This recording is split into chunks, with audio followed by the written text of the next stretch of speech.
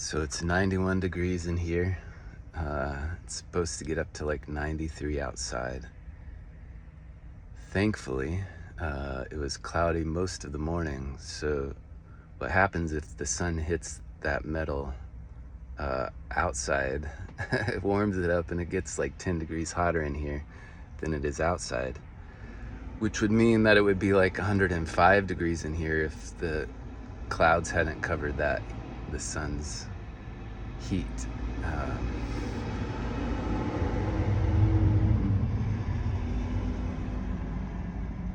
But I'm sitting in a parking lot just hanging out, enjoying some rest after working quite vigorously the last few weeks. Laying in this tiny house and imagining how to design it so that it evacuates heat much quicker and stays cooler longer, so that that temperature doesn't like pop to 105. I've got a few ideas for that, but in the midst of that, I'm also aware of how amazing the human body is and its capacity to cool itself.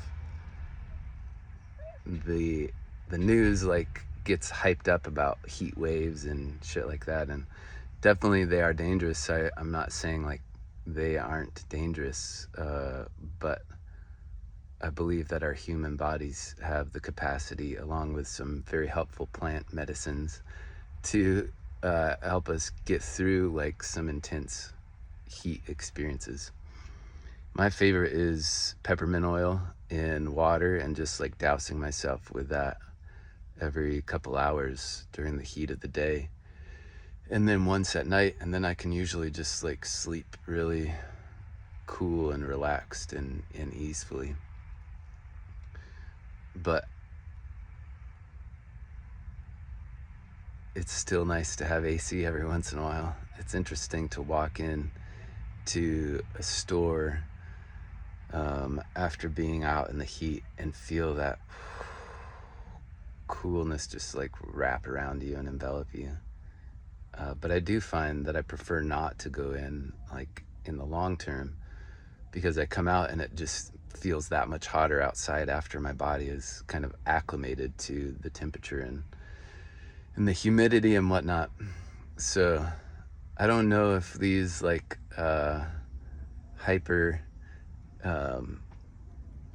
what's the word, temperature regulated rooms that we spend most of our times in are like necessarily the best for our resilience as humans. I think it's really good for us to experience some level of extreme and know how to like mentally and physically experience that.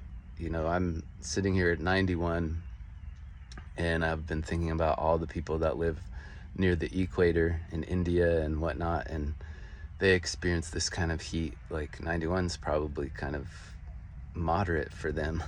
It's not burning up hot. But here in the Midwest, 91 to 94, it's cooking. It's cooking, especially when that sun's baking, turning your van into an oven.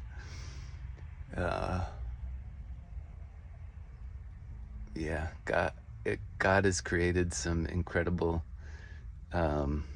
mechanisms in our bodies to help us acclimate to extremes and learn how to dance through life and all the challenges that present themselves. But if you enjoy AC, cool rooms all day long, I don't blame you.